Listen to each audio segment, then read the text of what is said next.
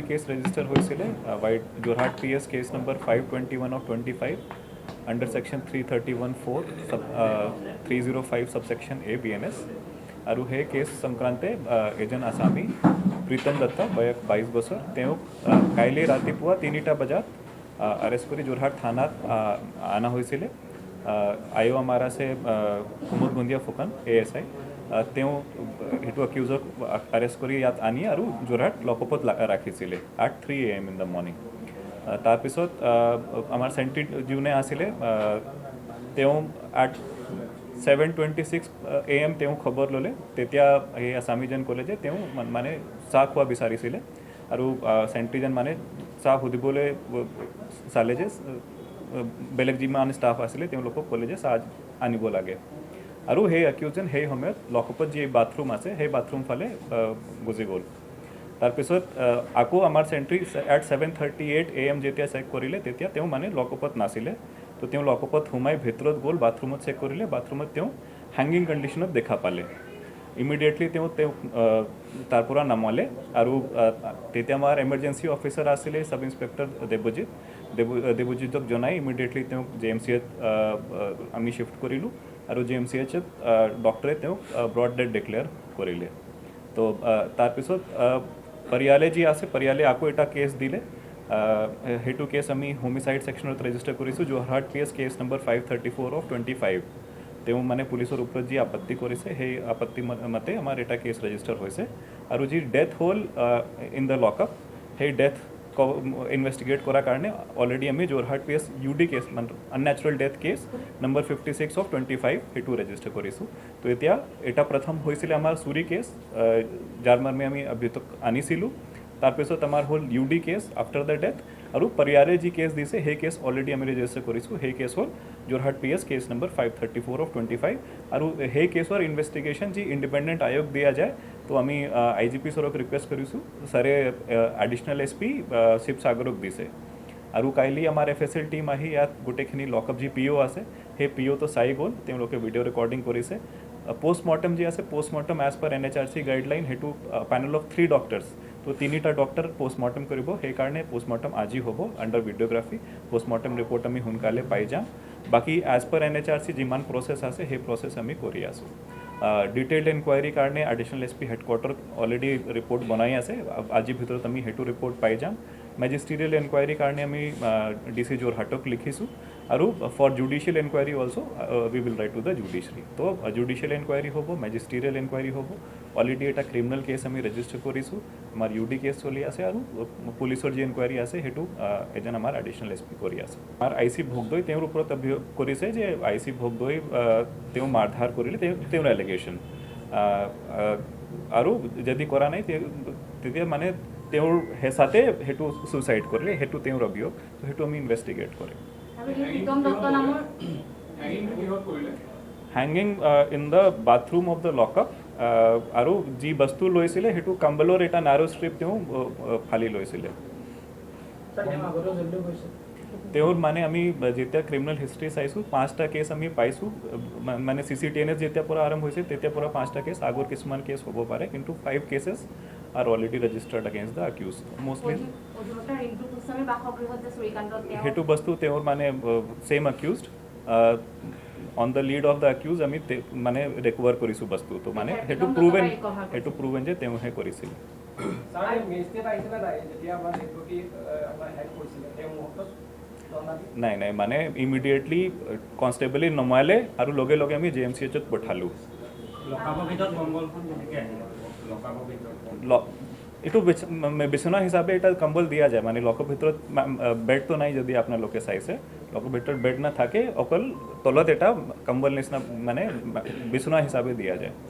আৰু পৰিয়ালে এটা কথা কৈছে যে শনিবাৰে নিশা 11:30 বজাৰ পৰা 11:45 তেখেতক গ্ৰেপ্তাৰ কৰিছিল ঘৰৰ পৰা উঠাই আনিছিল ভুগৱে ইয়াত সদৰত কেতিয়া আনিছিল ইয়াত আনিছিলে 3টা বজাত মাজতে তেওঁলোকে মেডিকেল কৰাই আনিছে তো মেডিকেল কলেজত গ'ল তাৰ পৰা মেডিকেল কৰাই ইয়াত আনিছিল 3-4 ঘণ্টা সময় সেই সময় লাগিলে আৰু ইয়াত যিজন ইমাৰ্জেন্সি অফিচাৰ আছিল তেওঁ সেই বিষয়টো ভুগৱে কৈছিল নে যে ইয়াত যি সেই তেনেধৰণে আচাৰ নাই, লগত থৈ দিয়া হৈছিল সেইটো যি অফিচাৰ আনে তেওঁ ইমিডিয়েটলি চেণ্ট্ৰিক জনায়, চেণ্ট্ৰি ইমাৰ্জেঞ্চি অফিচাৰক জনায়, তো সেইটো প্ৰচেছ কৰা হৈছে। মানে আমাৰ যি আউটপোষ্টত আছে, আউটপোষ্টৰ যি CCTV আছে সেইটো চেণ্ট্ৰেলি ছাৰ্ভাৰ নহয়, কিন্তু থানাত যিমান CCTV আছে সেই CCTV গুৱাহাটীতো ৰেকৰ্ড হয়, তো সেইটো CCTV টেম্পাৰিং কৰা চান্স নাই। সেইকাৰণে এটা আমাৰ SOP আছে যে ৰাতি যদি আমি অভিযুক্তক ৰাখোঁ সেইটো আউটপোষ্টত নাৰাখোঁ, থানাতে ৰাখোঁ। এতিয়া আপোনালোকৰ প্ৰাথমিক তদন্তত কি ওলাইছে, মানে তেওঁৰ আপোনালোকৰ সুইচাইড কৰিছে নে? মানে হেংগিং কণ্ডিশ্যনত পোৱা গৈছে আৰু ডক্টৰে যি ইনকুৱেষ্ট ৰিপৰ্ট আমি পালোঁ তাত যি ইঞ্জুৰি মাৰ্ক আছে সেইটো লিগেচাৰ মাৰ্কে আছে, তাৰ বাহিৰে যিমান ইঞ্জুৰি মাৰ্ক আছে সেইটো পুৰণা ইঞ্জুৰি মাৰ্ক আছে, নতুন ইঞ্জুৰি মাৰ্ক পোৱা নাই, লিগেচাৰ মাৰ্ক আমি পাইছোঁ। বাকী আমাৰ ইনভেষ্টিগেশ্যন চলি আছে, PM ৰিপৰ্ট পিছত আমি ভালকৈ ক'ব পাৰিম। নাই, FIR ৰেজিষ্টাৰ হৈছে, তো সেই FIRত তেওঁৰ নাম আছে।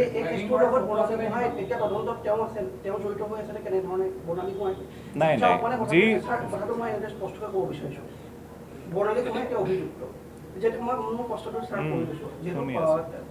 সাধাৰণ মানুহ যদি হ'লহেঁতেন এই ইমান ডাঙৰ এটা ঘটনা, আপোনালোকৰ ধাৰাটো ছাৰ কিমান হৈছে? 105। সেই ধাৰাটোত অন্য হোৱাহেঁতেন ইতিমধ্যে তেওঁৰ বিৰুদ্ধে ব্যৱস্থা গ্ৰহণ কৰিলেহেঁতেন, এৰেষ্ট কৰিলেহেঁতেন। সাধাৰণ যদি মানুহ হ'লহেঁতেন, আৰক্ষীৰ ক্ষেত্ৰত আইনখন বেলেগ নেকি? দুটা বস্তু আছে, নাই দুটা বস্তু আছে। প্ৰথমটো হ'ল যে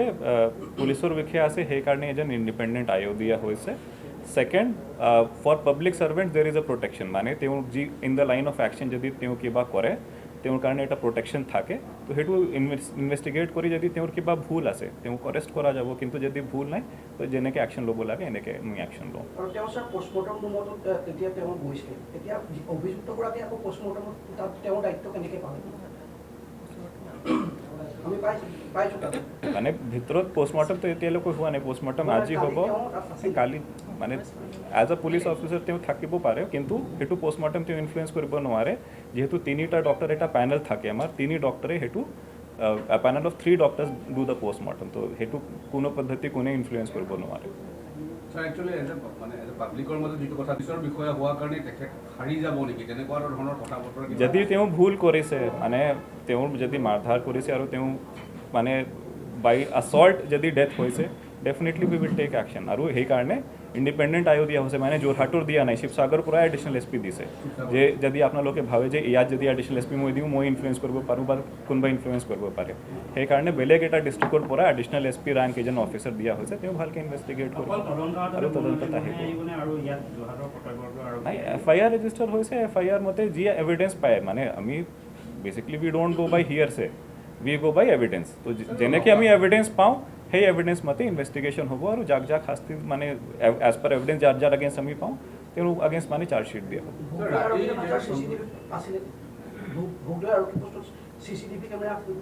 ভোগদৈ আৰক্ষী আউটপোষ্টত CCTV আছে, কিন্তু সেই CCTV লকআপ ওচৰত আছে নে নাই সেইটো আমি ক'ব নোৱাৰোঁ, কিন্তু যদি আমি যি CCTV ইয়াত চালোঁ এট 7:26 আছামীজনে ভালকৈ ঘূৰি আছিলে, তাৰপিছত নিজে খোজকাঢ়ি গৈ এইটো বাথৰুমত গৈছে, আৰু আমাৰ কনষ্টেবল যেনেকৈ কৈছে তাত আমি লিগেচাৰ ৰিকভাৰো কৰিছোঁ, মানে যেতিয়া FSL টিম আহিলে সেই লিগেচাৰ তাত আছিলেই, তো আফটাৰ দ্য ইনচিডেণ্ট লকআপ আমি চিল কৰি দিছিলোঁ। সন্ধিয়া যেতিয়া FSL টিম আহিলে তেতিয়া আমি লকআপ খুলিলোঁ আৰু আমি নিজে গৈ তাৰ পৰা সেই গোটেইখিনি বস্তু চিজ কৰিছোঁ, যে লিগেচাৰ যি আছিলে সেইটো লিগেচাৰ তাৰ পৰা চিজ হৈছে। হেংগিঙৰ ফটোগ্ৰাফ লোৱা নাই, যে সোনকালে তেওঁ মানে কনষ্টেবল সোমাইছিলে ভিতৰত, তেওঁ ক'লে যে ইমিডিয়েটলি নমাই দিব লাগে, সেইকাৰণে সেইটো তেওঁ ফটো ল'ব পৰা নাই। ছাৰ, যিহেতু তেওঁলোকৰ পৰিয়ালৰ লোকে কৈছিলে 11টা পষ্টমত তেওঁক ঘৰৰ পৰা অনা হৈছিল, এতিয়া মেডিকেল কোনটো সময়ত কৰা হৈছিলে, সময়টো ছাৰ মেডিকেলৰ টাইম? মেডিকেলৰ টাইম এক্সেক্টলি মানে between 11:45 and 3 at 3 AM the accused was here, মানে 3টা বজাত তেওঁ অলৰেডি লকআপত আছিলে, তো মেডিকেল কৰাওঁতে মানে 2-3 ঘণ্টা লাগি যায় প্ৰায়।